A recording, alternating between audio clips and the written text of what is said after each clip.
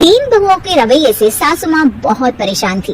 दरअसल बात ये थी कि तीनों बहुओं में किसी बात को लेकर अनबन हो गई थी।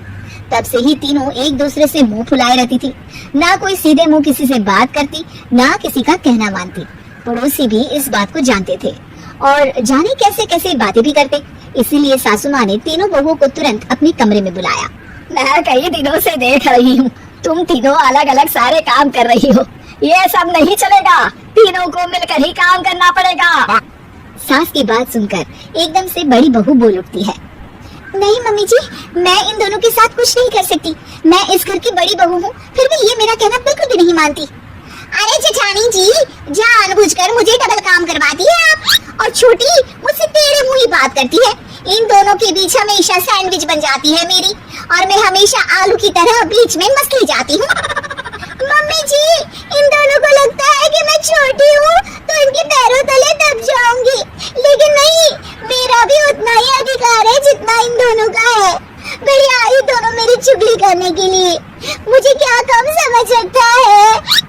तीनों बहू एक दूसरे से बहस करने लगती है और सास दोबारा ये देखकर टेंशन में आ जाती है और सबसे कहती है, चुप हो जाओ, अब से तुम तीनों सारे काम एक साथ करोगी, आंख बंद करके एक दूसरे की बात सुनोगी।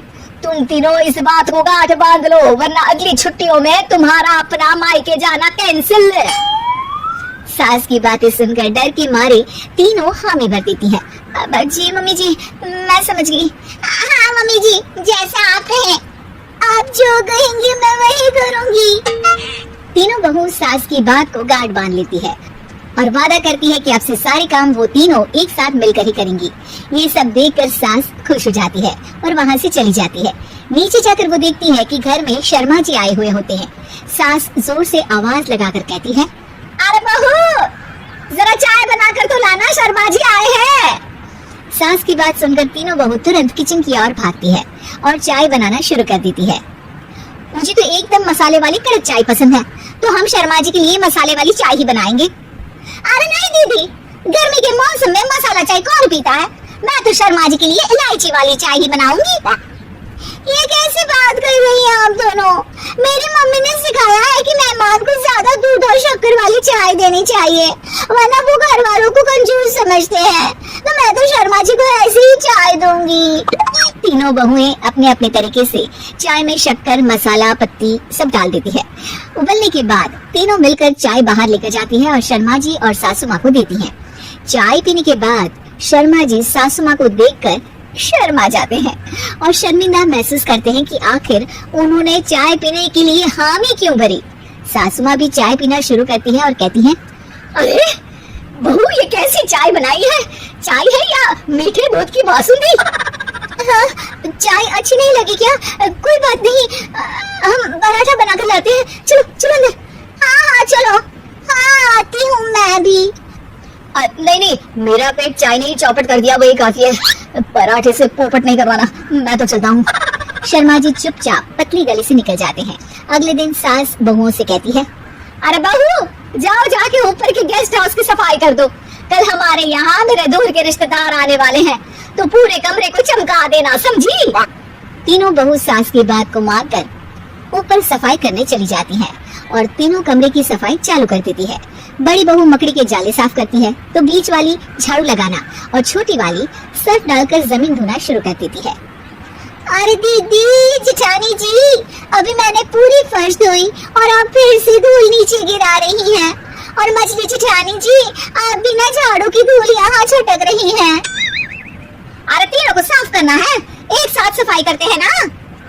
अरे वही तो, हम साथ साथ हैं, घर साफ साफ है। तीनों बहू ऐसे ही काम में उलझ जाती है और 2 घंटे तक एक ही कमरे की सफाई करती रहती है। बहुत देर से अपनी बहुओं को ना देखने के कारण सास ऊपर कमरे में उन्हें देखने जाती है, लेकिन कमरे में घुसते ही वो गीली फर्श पर फिसलने के कारण नीचे गिर जाती है। ओरी मोरी मैया, हड्डी मरोड़ के रख दी, आए मेरी तो कमर ही टूट गई रे। तीनों बहुएं सास को उठाती हैं और बिस्तर पर सुला देती हैं। अरे मेरे हाथ पैर दर्द कर रहे हैं, दबा दो, आराम मिलेगा। हाँ जी माँ जी। अरे जी माँ जी। और तीनों बहुएं एक साथ सास के हाथ को दबाना शुरू कर देती है। माँ की तो चीख ही निकल जाती है और नतीजा ये होता है कि सास के बचे हुए शरीर में भी दर्द उठ जाता है। हाय राम, ये क्या कर दिया तुम तीनों ने। अरे मेरे तो किस्मत ही फूटी है कि तुम जैसी बहुएं मुझे मिली। हे भगवान, पूरे शरीर में दर्द बढ़ गया है। अब तो पता नहीं कि चल भी पाऊंगी या नहीं। माफ करो, मुझे गलती हो गई मुझसे कि तुम तीनों को एक साथ काम करने के लिए बोला। सोचा था तीनों मिलके अच्छे से काम करेगी, लेकिन बड़े बुजुर्ग सही कहते थे कि तीन तिगाड़ा काम बिगाड़ा। तुम लोगों ने ये बात ना आज साबित करके दिखा दी। तुम तीनों को तो समझाना यानी मानो भैंस के आगे बीन बजाना है। तुम्हें अकेले अकेले काम करना है ना, तो अब से तुम अकेले ही अपना अपना काम करो।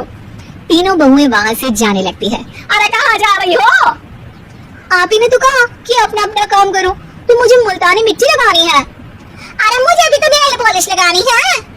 मुझे ना मेहंदी लगानी है। सास अपना सर पीट लेती है और कहती है, अरे मुझे भी लगाना है कुछ। क्या माँ जी? क्या माँ जी? क्या माँ जी?